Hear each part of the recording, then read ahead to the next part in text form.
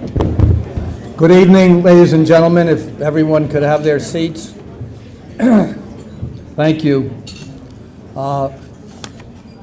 As a member of the Foreign Policy Association Board of Directors, it is my great pleasure to welcome you all here this evening to honor my good friend, our good friend, all of ours that are here, and long-term colleague, Terry Checki. I've had the good fortune to know and work with Terry for some 20 years in his role as the international officer and other roles he's had at the New York Federal Reserve. I think the excellent turnout here tonight is a tribute not only to his many accomplishments at the Fed, but also a testament to his character, integrity, the relationships he has built over the years, and the respect that his colleagues in the Federal Reserve, governments worldwide, and the banking community worldwide have for him. As you all know, Terry is a low-key person, more of a doer than a talker. But one thing about Terry, when he gives you his word, he always keeps it. What you see is what you got with Terry Checki. A number of the debt restructurings of the 1980s and 90s in Latin America, Asia, Eastern Europe could not have been accomplished without Terry's guidance and help. I can remember when we were trying to put together the original Brady Plan deal with Mexico.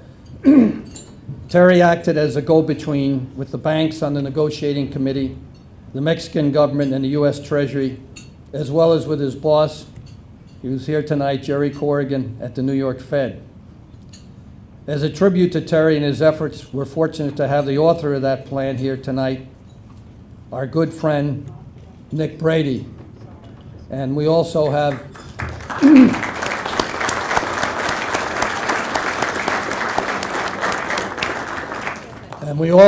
his partner, the former chairman of the Federal Reserve, who got many of these deals done by calling a lot of us in the office from time to time.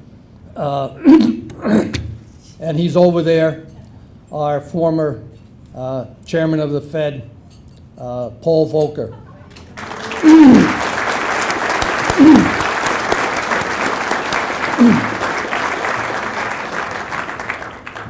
With Terry as a colleague and a working partner, there never was a dull moment, I can tell you that. I can remember vividly the start of my vacation in Barbados in December 1997, when the most serious episode of the Asian financial crisis was occurring. Korea had virtually depleted its reserves. Banks worldwide were pulling their lines. And I had just arrived in Barbados when guess who called? Terry Checki. He asked me to return for a meeting that he and Bill McDonough were putting together to discuss what the next steps were and what needed to be done with Korea. Anytime there is a crisis, Terry can be found in the middle, trying to resolve it, getting people to work together to craft a solution. This collaborative approach is what Arminio Fraga, when he was running the Central Bank of Brazil, asked Terry and I to work together to coordinate a meeting at the New York Fed with senior bankers in an effort to stop another case of banks pulling lines, this time with Brazil. And this was accomplished only because of the leadership that Terry showed in that regard. And so Brazil didn't come into another problem at that time. I should also comment on Terry's ability to work long hours, nights, days without sleep. In this case, I'm reminded of the Brady bond negotiation for Argentina several years after the Mexico deal. Terry was up all night in Santo Domingo at the Inter-American Development Bank meetings. And we were in this less than first-rate hotel, and he spent the evening going up and down stairs. There was no elevator, shuttling back and forth between the bank committee, the U.S. Treasury, and very importantly, the Argentine delegation. And after some 36 hours of not having sleep, we finally got the deal done, but we couldn't have gotten it done without Terry getting everyone together on the same page. And as you all know, he continues to do this same type of work on whatever international financial crisis, or domestic crisis, I might add, that occurs right up to the present day. And we could get Bill Dudley up here to testify to that, I'm sure. But finally, and perhaps most importantly, I want to emphasize that Terry is a great family person. And over the years, we have spent numerous hours discussing the education and future of both his son and daughter. And I'm glad to see that his lovely, and I would say patient and long-suffering wife, Teresa, is with us here tonight. She has to be putting up with the long hours and what goes on with Terry's life. And we're also very happy that Peter, his son, is with us here this evening. So there are a number of other speakers who know Terry so well who will be talking about him. So I would just like now to lay out what the schedule is for the rest of the evening and then allow you all to have your dinner.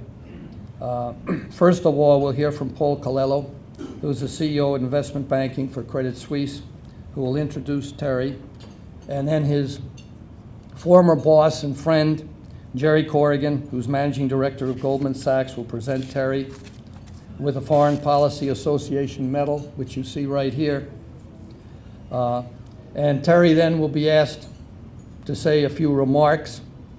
And knowing Terry, I'm sure those will be short because that's how Terry is. And then Bill McDonough, who is also a former boss of Terry's at the New York Fed, will be closing out the dinner. So I hope you all enjoy what I think is going to be a great evening. I think every one of you has some personal tie here to Terry and the friendship, loyalty that he shows all. And as I said, when you look at Terry Checki, what you see is what you got. So please enjoy your dinner. And the next one up to speak will be Paul Colello. Thank you.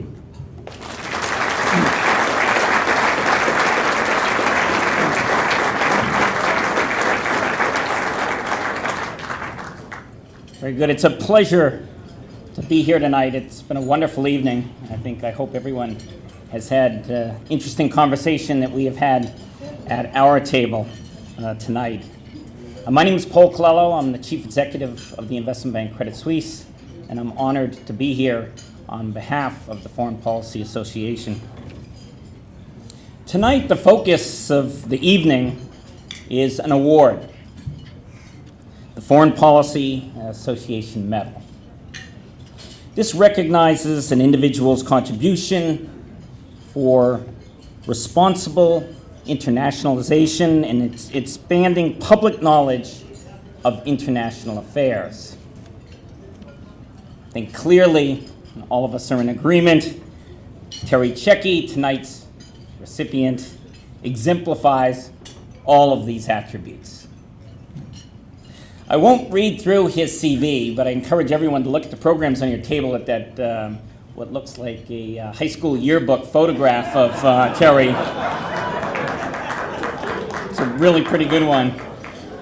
Bill, you really got to, you don't have, the photographers at the Fed aren't keeping it up to date. Terry is a very private person, and I've noticed a few press people snooping around, and it's very rare for Terry, I think, also to speak with all of you. As I said, I won't read through his CV, but you can see in the program, have to note Terry's distinguished tenure with the Federal Reserve.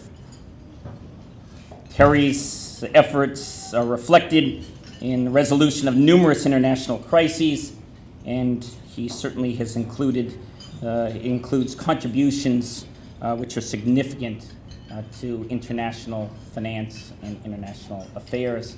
And many of the people here tonight, many around my table, alone across the room, have been very involved with Terry over the years with regards his efforts there.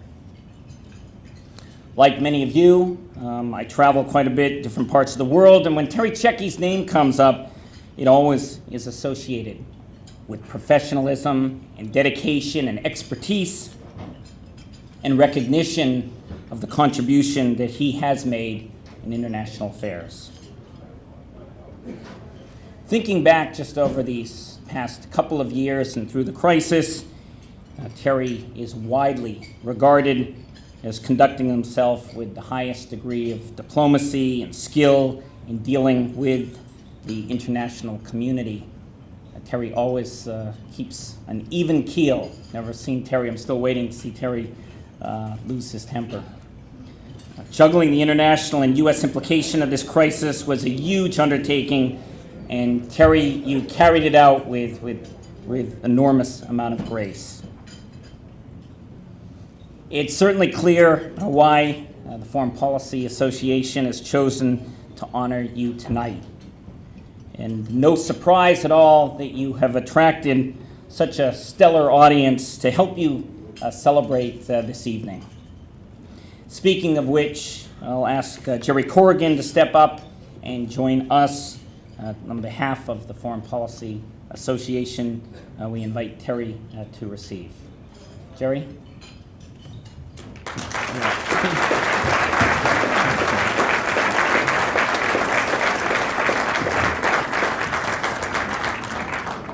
Paul, I just have a modest correction to make.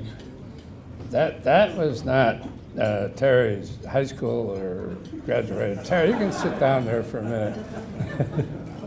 That was not his high school graduation picture or something. It's actually the one that the CIA used to send around the world in the hopes that no one would recognize Terry when he got to the many places he went to. But I cannot let this opportunity to present Terry with the Foreign Policy Association Medal pass without saying at least a few words. As I think some of you know, both Terry and I started to work at the Federal Reserve Bank in New York in the same year, 1967. That's a long time ago. And Terry, if I've got it right, Terry came out of St. Peter's College in New Jersey, and I came out of Fairfield and graduate school at Fordham. And if nothing else, Terry, it indicates that you don't have to go to Harvard or Yale to become a superstar. And I think that's actually a good thing. When I first got to know Terry at the New York Fed, if my memory is right, Terry, you were in the personnel department. And believe it or not, in those days, they still called it the personnel department. It wasn't human capital or anything. It was just plain old-fashioned personnel. And I kind of liked those days, to tell you the truth. But I think, Terry, you will admit that I can at least lay claim at the margin to having helped to discover you.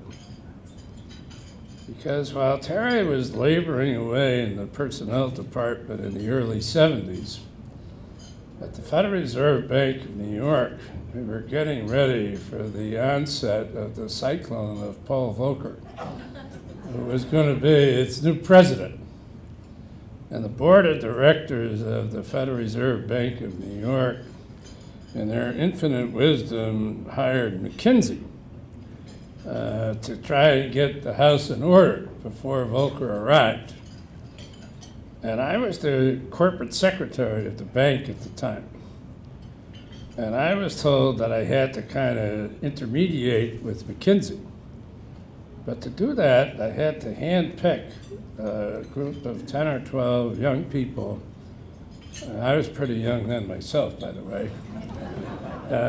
Who were going to be the people that worked as the intermediaries with McKinsey.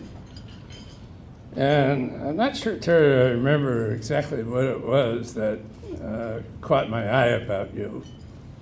But as you will recall, you were one of the people I picked to play that vitally important role of getting ready for Volcker. And the fact of the matter is that since then, Terry and I think I can say, in all objectivity, have been not close friends, but dear friends and professional colleagues. But it was after I returned to the New York Fed, having spent some time in Washington and Minneapolis in the fall of 1984, that I really got to know Terry and work with him closely. And the circumstances of this were, of course, the LDC debt crisis that several people have referred to already. Now that was a serious set of issues in time, and I'll return to that in a moment. But Terry, as you can remember, there were also some lighter moments associated with that. And a lot of these lighter moments arose from the fact that Terry and I traipsed around Latin America together for the better part, I guess, of 6 or 7 years. And let me tell you, Terry was not a good traveler. I mean, that would be the understatement of the century. I used to look across the aisle at the plane on him, and it, what was that noise? I mean, it was kind of tough. And, you know, I had to pretend that, you know, I knew what the hell was going on, which of course I didn't. But the worst episode I can remember, Terry, is we were flying out, I think it was Sao Paulo, maybe 1986 or something like that. One of these vintage Pan American Airlines. How many of you remember Pan American Airlines? Rickety 747s in a driving rainstorm. And as the plane took off, we got up maybe a couple of 1,000 feet up in the air, and the plane's bouncing around. And all of a sudden, there's water coming in from the ceiling of the cabin. I look over at him, and he's, and you know, he's white. I mean, he's absolutely white, terrified. And I gotta pretend that I'm not, to try to settle him down. That was not easy. But that was one of his better moments. You remember the Orinoco River escapade, Terry? This is our first trip together. I mean, I don't want to take up too much time, but you gotta listen to just a little vignette about this.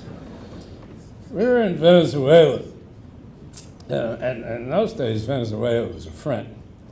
We were working hard to try to put together a debt restructuring for Venezuela.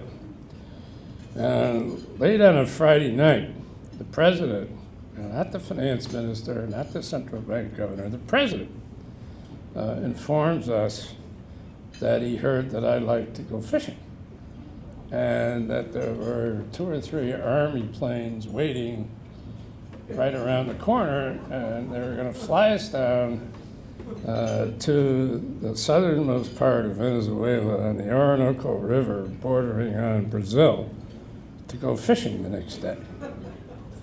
Well, Terry had never been on a small plane that landed on a grass strip at dark.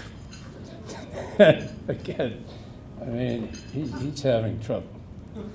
So they get us off the plane, and they've got, you know, 2 companies of Venezuelan soldiers with jeeps and half-tracks, you know, surrounding us, because this was drug dealer neighborhood.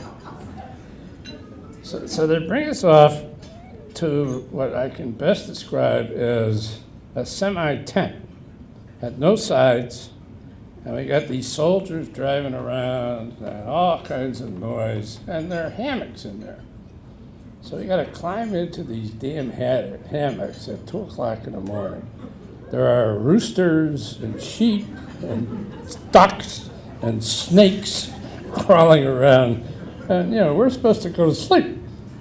And you know, I went off to sleep for a while, but I finally woke up because of the commotion, and I looked over to find out where the hell Terry was. I couldn't find him. And I said, oh God, the roosters got him. But we finally rendezvoused the next morning to go fishing. And they had gotten these carved out trunks of trees. These weren't canoes. These were literally carved out trunks of trees. And we got to go out on the Orinoco River. And there's this guy, remember this guy, who keeps following Terry and me around. And this guy he was a pretty mean-looking guy.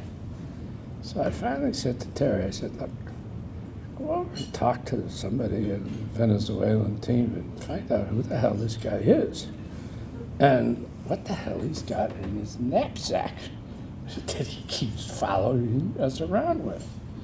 So Terry goes off and he comes back and he says to me, not to worry. He said, this is the top security guy for this army company or whatever it was. So he's here to look over us so that we're safe and sound. And oh, by the way, don't worry about the knapsack. It's just filled with hand grenades. So these are true stories. Remember when we were in Chile? I don't know how many of you remember this, but sometime in the mid-'80s, there was a big problem with the exports of fruit from Chile to the United States. I forget exactly what happened, but there was some disease or something that just dead stopped Chilean fruit exports to the United States.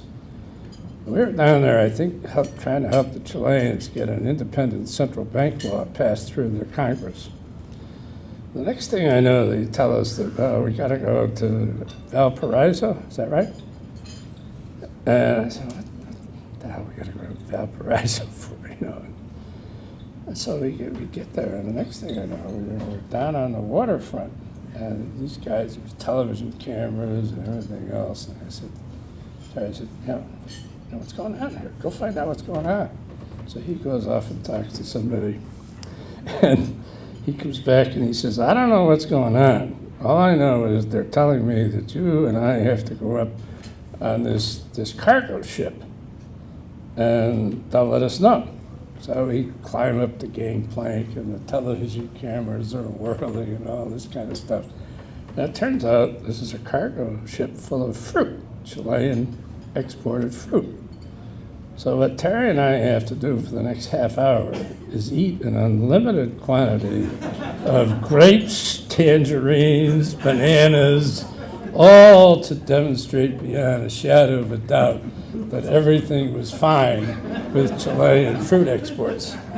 What they didn't tell me, and I don't know about you, Terry, I never told you about this, is, too much fruit is not exactly good for your insides. I had a very rough afternoon that day. But on the more serious side, I think that the best way that I can capture Terry is to say that in that time frame and in the years that followed, he was what I like to call the honest broker, who was able, under very, very difficult circumstances, to bring people together, to find common ground. But these were not just random people. These were finance ministers, central bank governors, and, among others, the heads of state, Terry, by my memory, in at least 6 countries in Latin America. And in the circumstances of all of that, I think it's only natural that someone asks the question of what was it about Terry Checki that allowed him to play that role?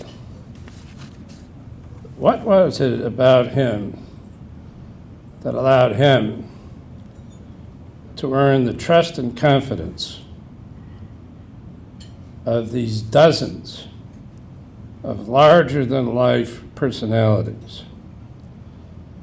What was it that made him, if I may say, the quintessential honest broker?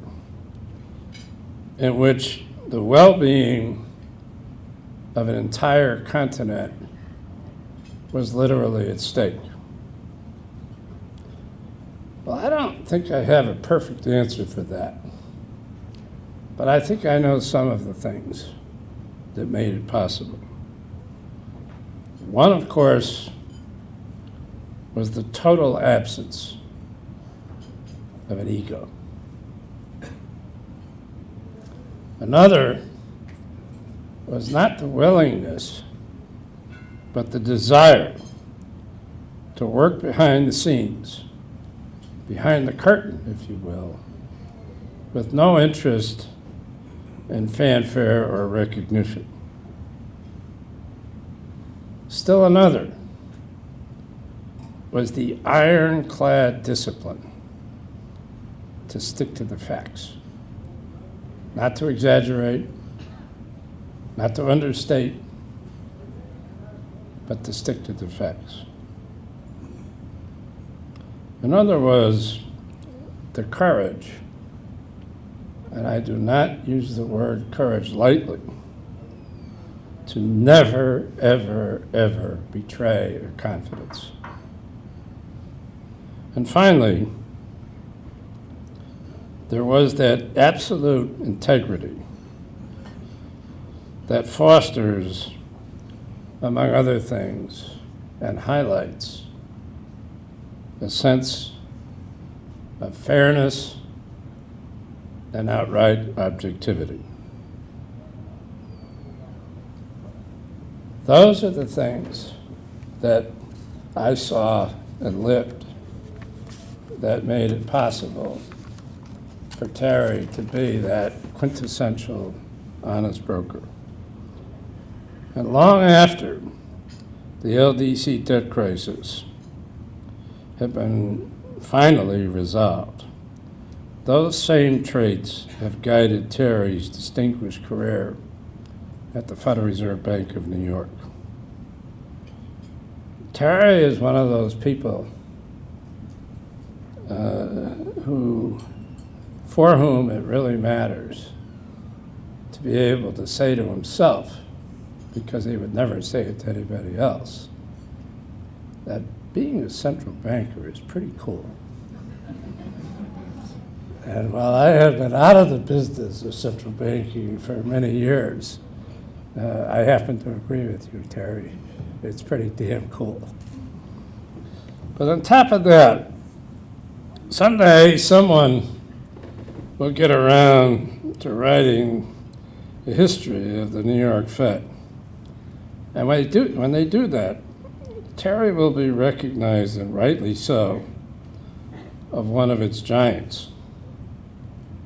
A form of recognition that is all too infrequently bestowed on someone who is humble and modest, yet heroic in proportion.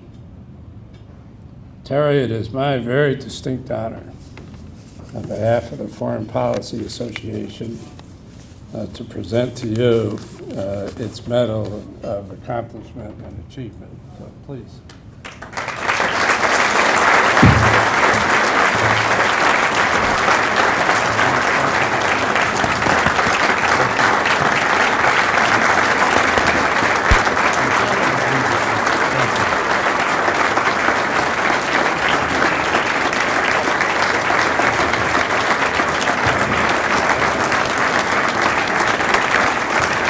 Thank you.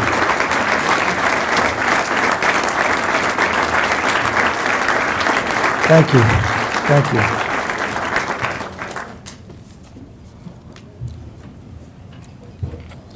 I want to thank Noel and Gonzalo and the FPA. It's a great honor to receive this award. And I want to thank them also for pulling together so many of my old friends. This is a very special evening. I'd also want to thank Jerry and Bill and Paul for their outrageously generous comments.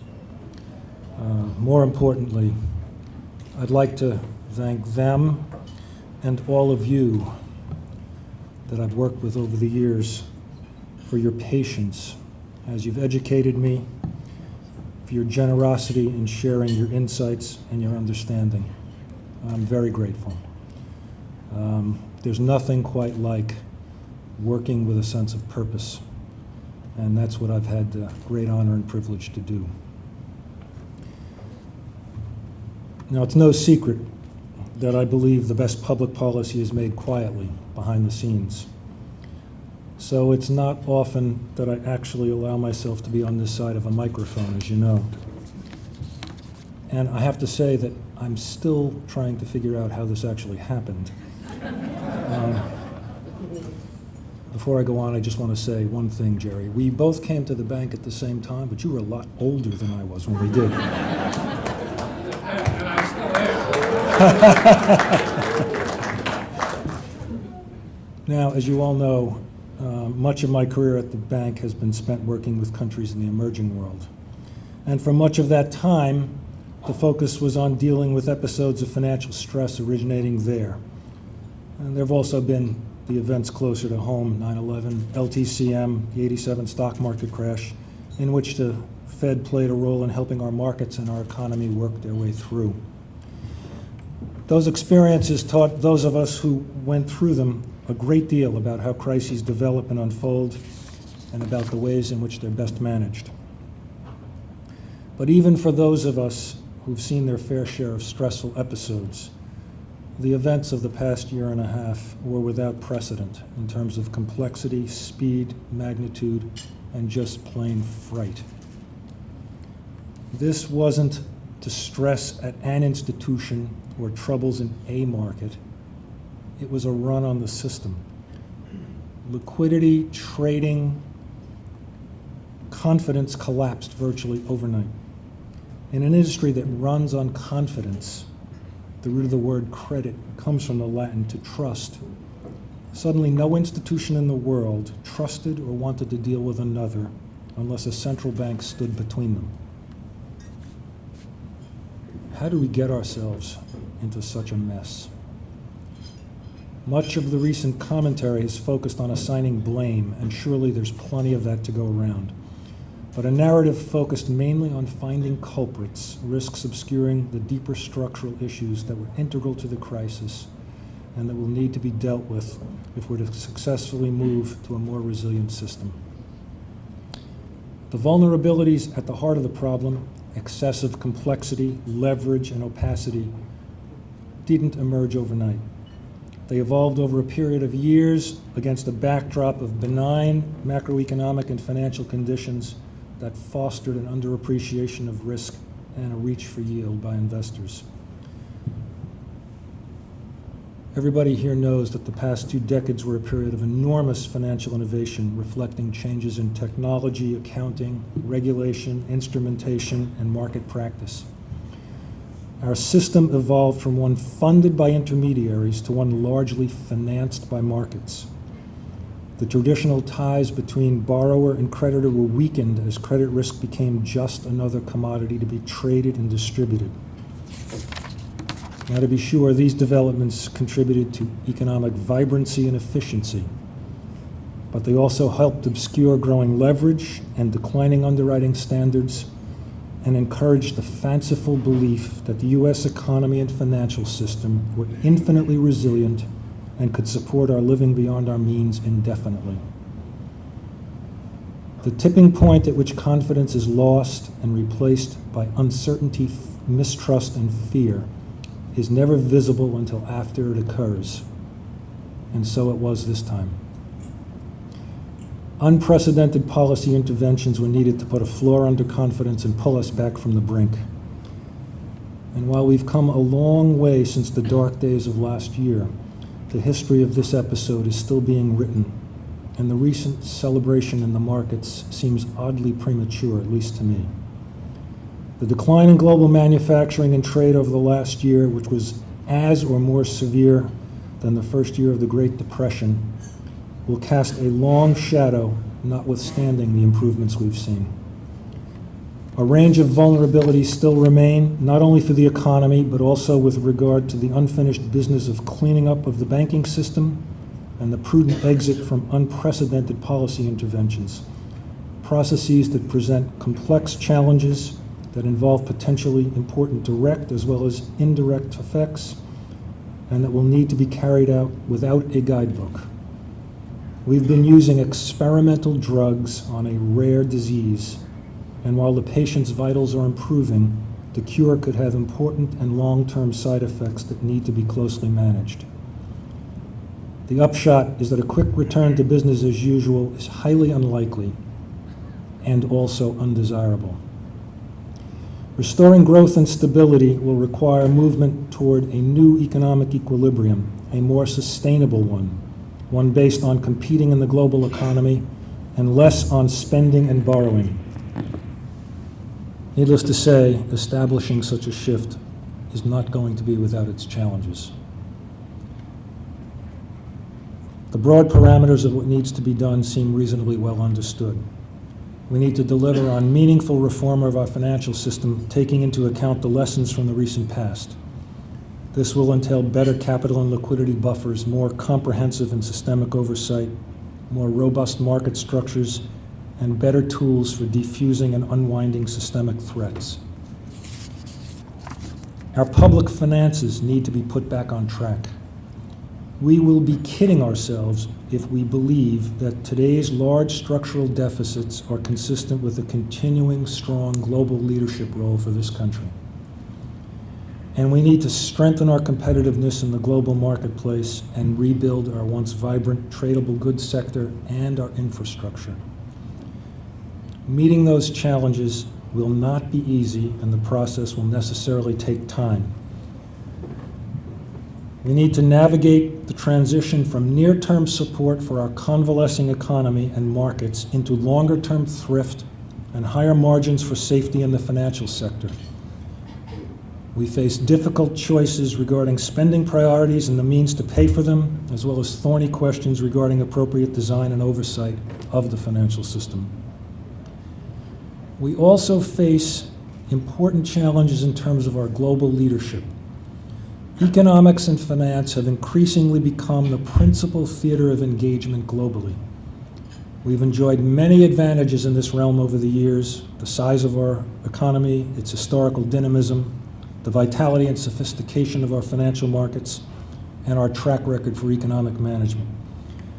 But the world has been changing in important ways, many of them related to the continued growth in the emerging world.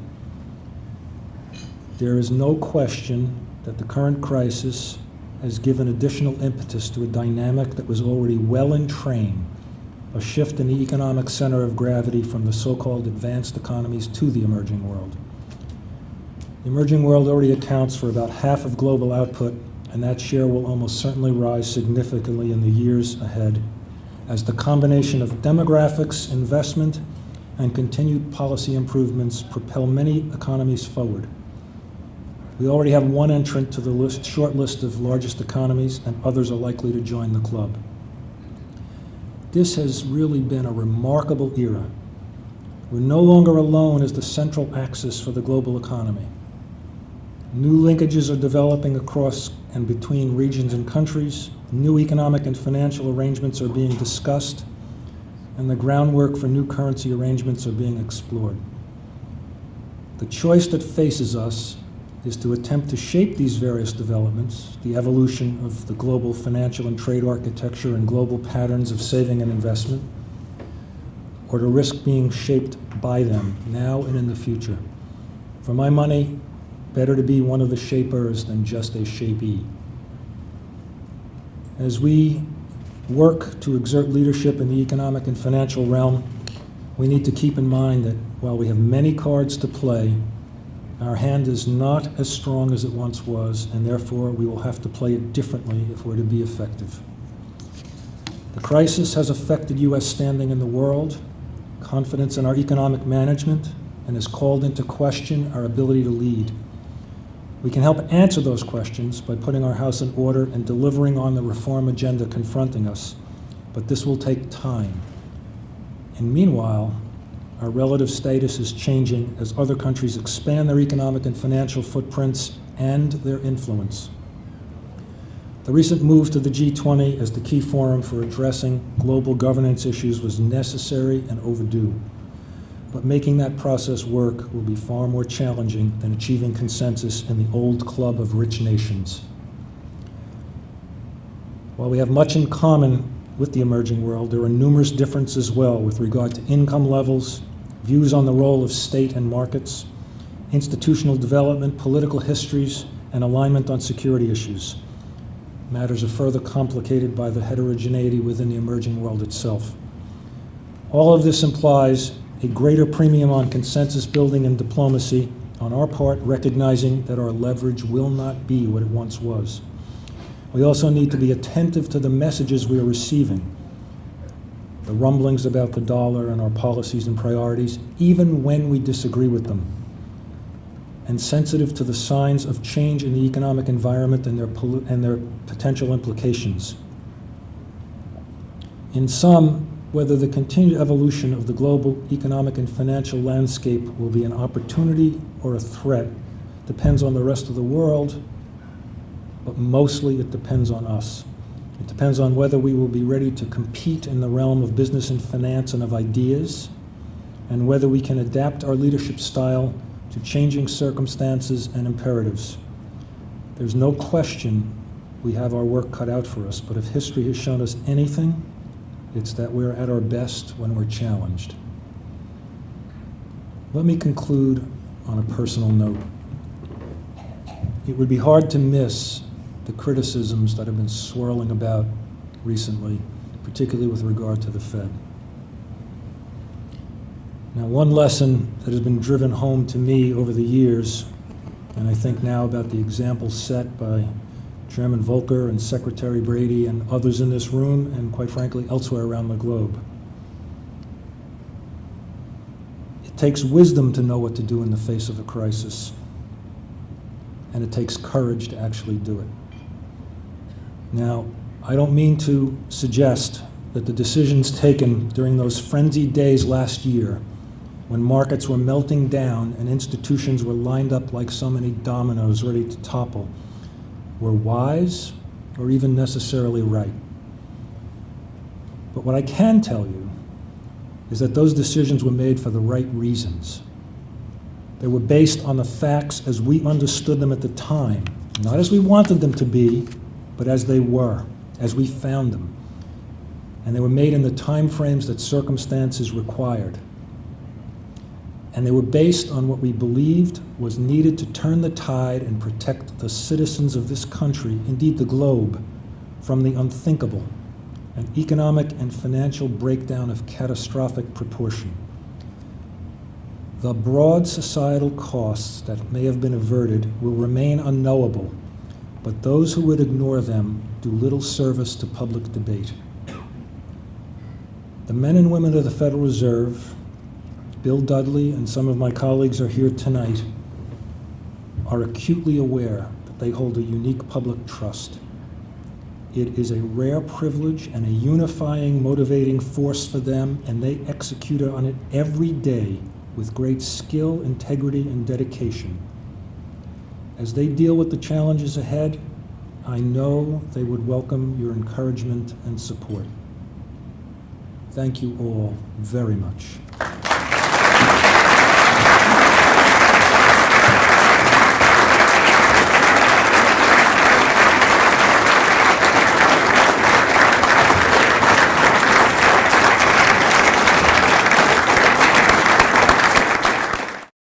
I saw Terry learn a new part of the world.